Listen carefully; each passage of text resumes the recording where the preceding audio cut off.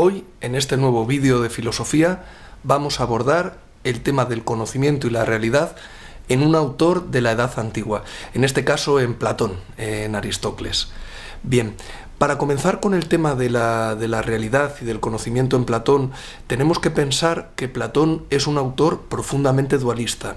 Es decir, Platón establece dos tipos de ser o dos tipos de realidad completamente distintos. Uno de ellos verdadero y otro de ellos pseudo, falso, un mundo que es solamente apariencia, un mundo de la realidad y un mundo de la apariencia. Platón va a pensar que este mundo verdadero no es, curiosamente, no es el mundo en el que estamos nosotros, no es el mundo que contemplamos a través de nuestros sentidos, sino que es un mundo al que se va a tener acceso a través de nuestro mundo intelectual, a través de nuestra razón, a través de nuestro pensamiento. Por eso lo va a llamar el cosmos noetos, el mundo pensable, el lugar al que se accede por el pensamiento, que traducimos habitualmente como el mundo de las ideas. Es el mundo donde están los conceptos perfectos de las cosas, las relaciones perfectas, los modelos ideales. Ese mundo, que es perfecto y es real, se asocia en el ser humano, por supuesto, con el alma y con la inteligencia. Y frente a él está otro mundo, que es el cosmos oratos, que es podríamos decir, el mundo que se ve, el mundo visible al que se accede a través de los sentidos, y que es, al final, ese mundo que Platón llama el mundo de las apariencias, es nuestro propio mundo. Ese mundo, ese cosmos oratos, al que separa un abismo, un jorismos de la realidad verdadera, de la realidad de las ideas, ese mundo sensible, como os decía, es un mundo que se va a asociar con las cosas y, en el caso del ser humano, se va a asociar, por supuesto, con el cuerpo, totalmente separado del alma y una realidad absolutamente distinta a la del alma, y frente a la inteligencia con el deseo, también con nuestros deseos y con todo lo que nuestro cuerpo pide y quiere. Platón hace esta distinción, y tenemos que tenerlo en cuenta, lo veremos después en los vídeos referentes a la ética y a la política, que él hace esta distinción porque el leitmotiv de su vida, de su pensamiento, es encontrar la ciudad perfecta. O sea, Platón cree que la llegada al bien, a la verdadera realidad, a las ideas supremas y a la justicia, por supuesto, puede llegar a crear una sociedad idílica, una sociedad, una Calípolis, una ciudad hermosa, una ciudad bella. Y como dice en la carta séptima, cuando él recapitula su vida, dice, bueno, pues yo me di cuenta de que lo que a mí verdaderamente me interesaba era el buen gobierno, y me di cuenta de que eso solo se conseguiría cuando los gobernantes fueran filósofos o cuando aquellos que van a gobernar de alguna manera llegasen a aprender la filosofía. Esta pequeña salida es simplemente para que entendáis qué objetivo, qué horizonte tiene constantemente Platón en su filosofía. Bien, ahora, respecto a la teoría de las ideas y al mundo de las ideas. La teoría de las ideas está muy bien representada en el mito de la caverna. Lo recordáis, un prisionero escapa de sus cadenas, sube una escarpada cuesta con peldaños, con hipótesis, luego hablaremos de eso en la dialéctica, y consigue finalmente salir de la caverna, se queda con los ojos haciéndole chiribitas por la luz y por el exterior, y al final se acostumbra a la verdad, diríamos, ¿no? Se acostumbra al saber y finalmente consigue ver la idea de bien. Y después tiene la tarea de regresar a la caverna a intentar cambiar las cosas, a intentar convencer a los otros prisioneros de que hay una realidad distinta a la que ellos están contemplando, encadenados en las sombras. Y en el mito de la caverna, en el libro séptimo de la República, se dice claramente que probablemente lo más sencillo que puede ocurrir con ese prisionero cuando regrese es que lo maten, que es lo que ocurre con Sócrates.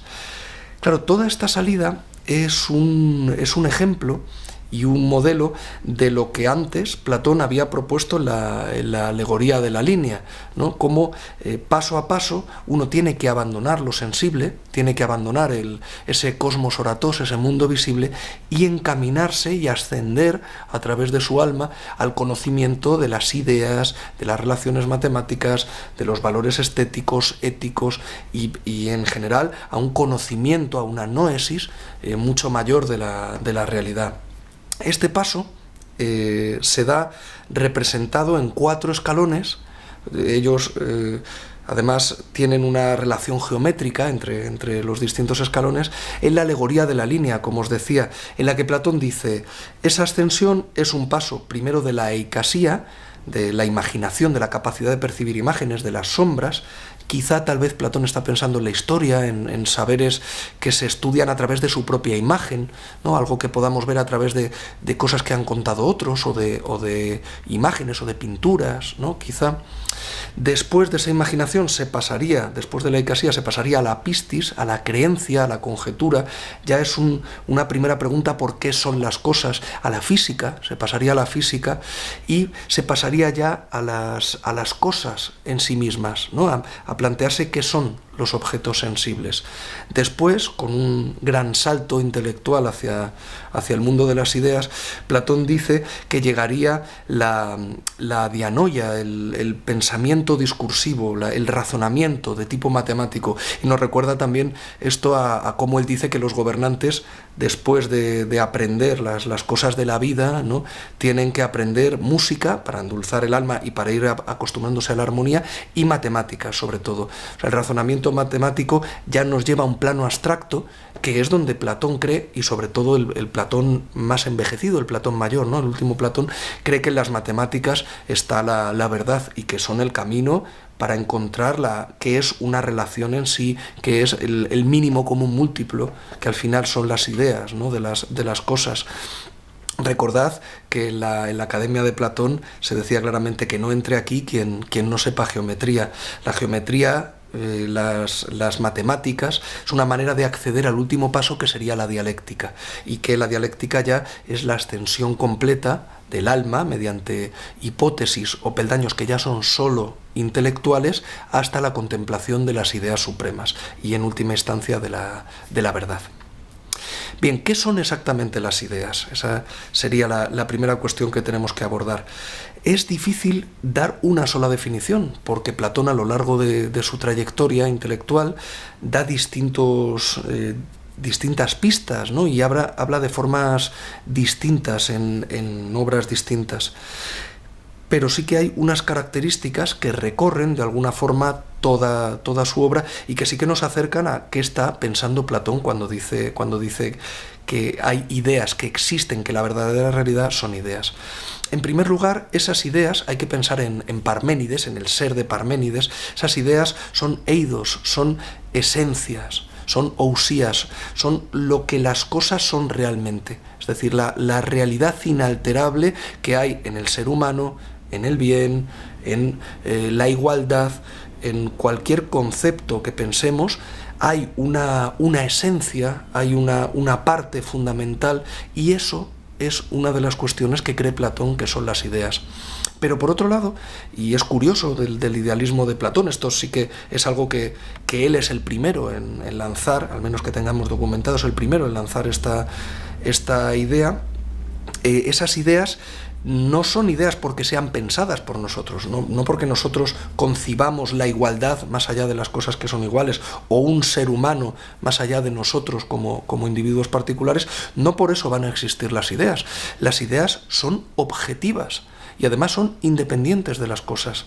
Existen con total objetividad y están separadas de las cosas, están en esa realidad aparte, como os decía, en ese cosmos noetos, en ese lugar del pensamiento al que uno solo puede acceder mediante la inteligencia, mediante la noesis, ¿no?, mediante la dialéctica. Por otra parte, las ideas van a ser también, como os decía, en relación con la esencia, elementos únicos, eternos e inmutables. Es decir, van a ser la realidad contraria al cambio.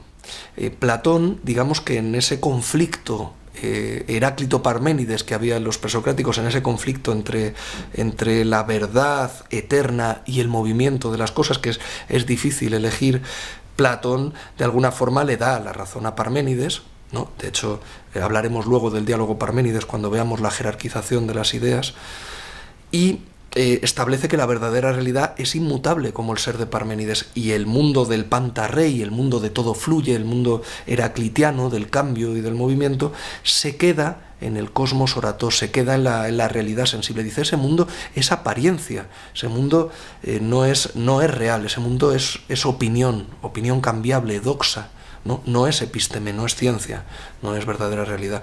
Por lo tanto, las ideas, como os decía, son únicas, son eternas, son inmutables y además son el requisito esencial para que pueda existir el lenguaje, ¿no? En Crátilo y en los sitios donde Platón va a hablar del lenguaje, habla del lenguaje como un lugar que necesita de las ideas. En el propio Fedón, que es la lectura de la Ebau, si recordáis, hay un momento donde dice, bueno, si no pudiéramos referir los conceptos de las nociones de nuestra sensibilidad a unas ideas supremas, cualquier discurso sería vano, cualquier discurso sería absurdo. Si no hubiera ideas, si no hubiera conceptos, si no hubiera aquellas viejas definiciones socráticas del maestro Sócrates, no habría una verdad a la que referir las cosas. Por lo tanto, no podríamos hablar de nada porque cualquier cosa que dijéramos sería absolutamente subjetiva, sería personal y sería imposible entendernos con el otro. Una de las cuestiones que es difícil es decir, bueno, si el cosmos noetos, si el mundo de las ideas está separado de las cosas, entonces digamos que cómo le imprime la idea de caballo, el caballo a su caballo sensible, ¿no? A cualquiera de nosotros, o cómo le imprime el ser humano, ¿no? La idea de ser humano o la idea de inteligencia, ¿no? En el caso de que lo hubiera, o el bien, cómo se imprime en el ser humano, que es algo sensible. Es decir, cómo se relacionan al final, cómo interactúan un mundo de las ideas totalmente separado con un mundo de la realidad sensible y de las cosas, de las apariencias, que es individual y cambiable. Platón establece tres formas distintas de comunicación. Digamos que dos desde el punto de vista de las cosas a las ideas y otra última de las ideas a las cosas. Desde el punto de vista de las cosas, Platón dice que las cosas, por una parte, imitan, mímesis, ¿no? Imitan a las ideas, es decir, las ideas son modelos, son paradigmas de las cosas, modelos que hay que seguir. Entonces el ser humano, nosotros mismos, seres humanos sensibles, imitamos, digamos que llegamos a ser seres humanos porque imitamos a la idea del ser humano. Y por otro lado, habla también de mecexis, de participación. De alguna forma, el ser humano es ser humano en tanto que participa de esa idea del ser humano. O nuestras acciones son buenas, o las ciudades son justas en la medida en que las acciones participan de la idea del bien, o las ciudades participan de la idea de la justicia. A mí a veces me da la sensación de que ahí Platón está montando una especie de sociedad anónima, ¿no? Y partiendo, aunque dice que las ideas son únicas, de alguna forma en su unidad y unicidad las parte como en acciones, ¿no? Y cada ser sensible lleva una pequeña acción, una participación de esa idea, ¿no? de ese modelo. Y luego es muy interesante también cómo desde el punto de vista de las ideas de alguna forma han permeado en la realidad, han llegado de alguna forma a la realidad. Y ese concepto que a mí me gusta especialmente, Platón lo llama presencia, parousía. Es decir, las ideas están presentes en las cosas, hay algo de las ideas en nosotros mismos. Por ejemplo, nosotros claramente el alma, que Platón en muchos sitios, siempre que se pone a hablar del alma, desde la etapa de madurez, siempre dice que es de la misma naturaleza que las ideas. El alma es la idea de hombre, ¿no? de ser humano, en cierto sentido.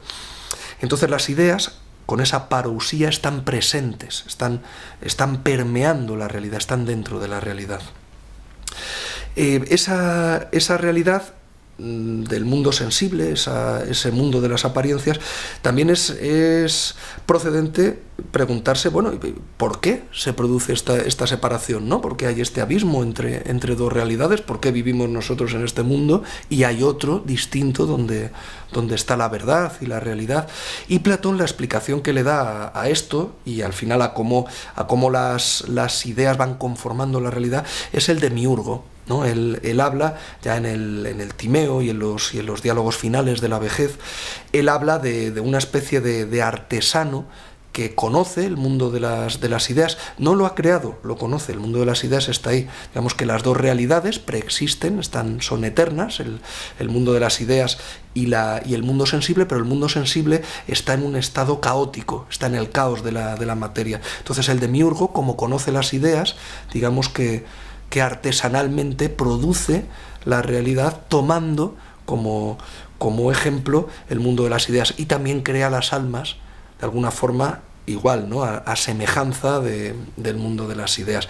Este concepto, por supuesto, va a dar mucho juego luego en el agustinismo y en el cristianismo de tipo platónico, pero Platón no habla de Dios como tal, habla de esta figura, y en estas cosas muchas veces habla de forma muy simbólica, ¿no? Son metáforas que, bueno, yo a veces no sé muy bien hasta qué punto Platón está lanzando una poesía, como dice Aristóteles muchas veces, ¿no? Que le dice, bueno, Platón piensa en términos poéticos, a veces no da una respuesta clara, ¿no? Y en qué caso sí que está diciendo algo en lo que Platón cree, ¿no? Y algo que tiene una dimensión, digamos, mística o religiosa, y que Platón realmente crea en eso, ¿no? Bien, en cuanto al conocimiento, esto en cuanto a la realidad. Habría que añadir, para terminar, en la clasificación un poco la jerarquía que él establece en el Parménides de las ideas, ¿no? Que tiene todo que ver con esta metáfora de la línea, ¿no? Igual que el prisionero sale de las sombras equivalen a las imágenes de las cosas, por encima estarían las cosas mismas, y en la ascensión, en el mundo de las ideas, empezaríamos por las eidola, por las ideillas, que tienen todavía los prototipos, como el prototipo de un coche o el prototipo de un ser humano. Eso todavía es sensible, todavía tiene una cierta sensibilidad. Entonces son las ideas más sencillas, tras ellas vienen las entidades matemáticas, la armonía matemática, ¿no? Y las relaciones matemáticas. Tras ella viene ya el terreno de los valores éticos y de los valores estéticos, es decir, sobre todo lo que tiene que ver con el bien y con la belleza en términos de acciones y de realizaciones. Y por último, todo eso confluye en las tres grandes ideas, en las ideas supremas, que son la justicia, la armonía social y política, la belleza, entendida como la hermosura que produce aquello que es perfecto, y en última instancia la idea del bien, que es la divinidad, dice a veces Platón directamente, ¿no? El bien como algo que está traspasando toda la realidad, que tiene transida de bien a toda la realidad, algo que al final explica todo lo que ocurre y lo que no ocurre, ¿no? Porque digamos que por oposición, por negación del bien. En cuanto al conocimiento en sí, como os decía, hay tres métodos, fundamentalmente tres caminos que Platón establece para alcanzar el conocimiento, para llegar al conocimiento. En los diálogos de juventud y en la transición y la madurez, Platón habla de la reminiscencia como camino, del recuerdo, de la anamnesis. Platón dice, bueno, ¿cómo podemos llegar a conocer? La aporía del Menón, ¿no? De la aporía sofista. En el diálogo Menón se discute, dice, bueno, aquello que no sabes, ¿cómo vas a saber qué es si no lo sabes? ¿Qué tienes que encontrar en aquello que no sabes, ¿no? Y por otro lado, si algo ya lo sabes, sobre eso no cabe aprendizaje. Ahí surge la aporía sofista de, bueno, no es posible el conocimiento. Y en el diálogo Menón, con la demostración que se hace del teorema de Pitágoras, geométrica por parte del esclavo, Sócrates dice, no, es que no conoces algo nuevo, recuerdas aquello que tu alma tiene guardado dentro de sí. Es decir, el alma, que es de la misma naturaleza que las ideas, ha estado en el mundo de las ideas, ha estado en el cosmos noetos, recuerda todo eso una vez que la sensibilidad pone en marcha el conocimiento sobre las cosas, y una vez que se toma el camino del diálogo, tu alma es capaz de recordar las verdades que tiene en su interior, y por lo tanto conocer es recordar, ¿no? Digamos que conocer es reconocer aquello que ya se vivió en el mundo de las ideas. Esto se llama recuerdo, como os decía, o anamnesis, y está muy vinculado a la teoría órfica y pitagórica de la transmigración de las almas, a la idea de que las almas han estado anteriormente en el mundo de las ideas o en otra vida y que guardan, de alguna manera olvidado, el conocimiento. El alma es un recipiente de memoria y ahí se guarda el conocimiento de vidas anteriores. Es cierto que con la vejez Platón abandona la reminiscencia, deja de hablar de ella en los diálogos de la vejez, cosa que a mí me da que pensar.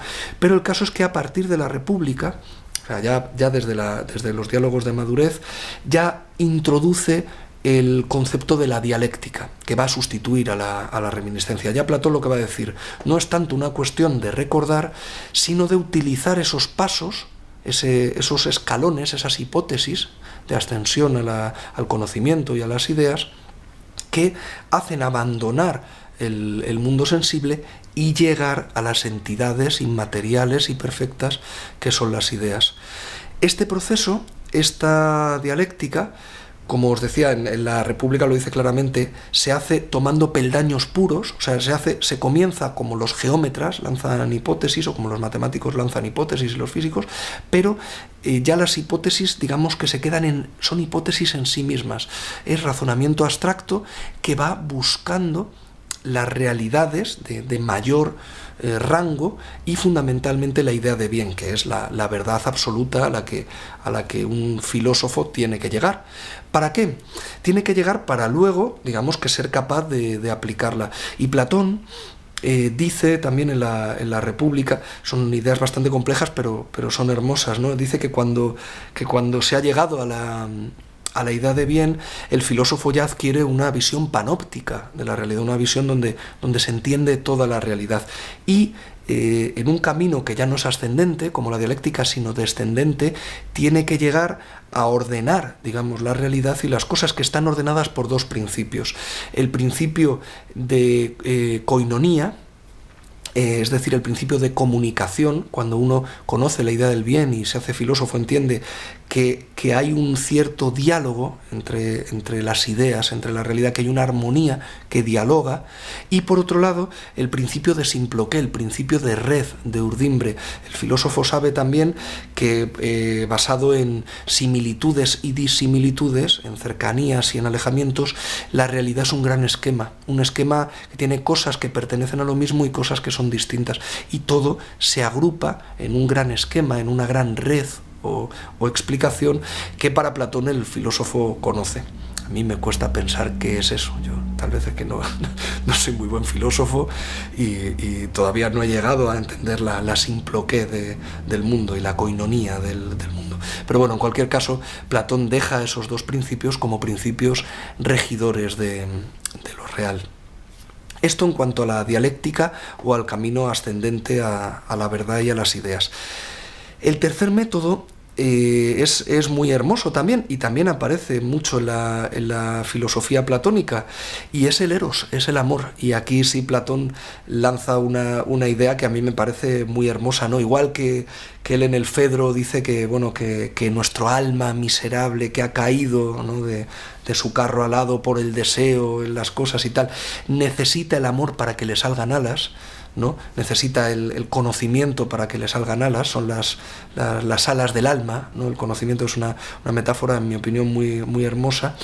El amor es precisamente eso, tiene que haber un deseo legítimo, diría Platón, ¿no? Porque el deseo del cuerpo, el deseo corporal, para Platón es descartable, es rechazable, es negativo, cuestión que también es muy discutible, ¿no? Por supuesto, pero él dice que ese deseo no es un buen deseo, no es un deseo que te conduzca a la verdad.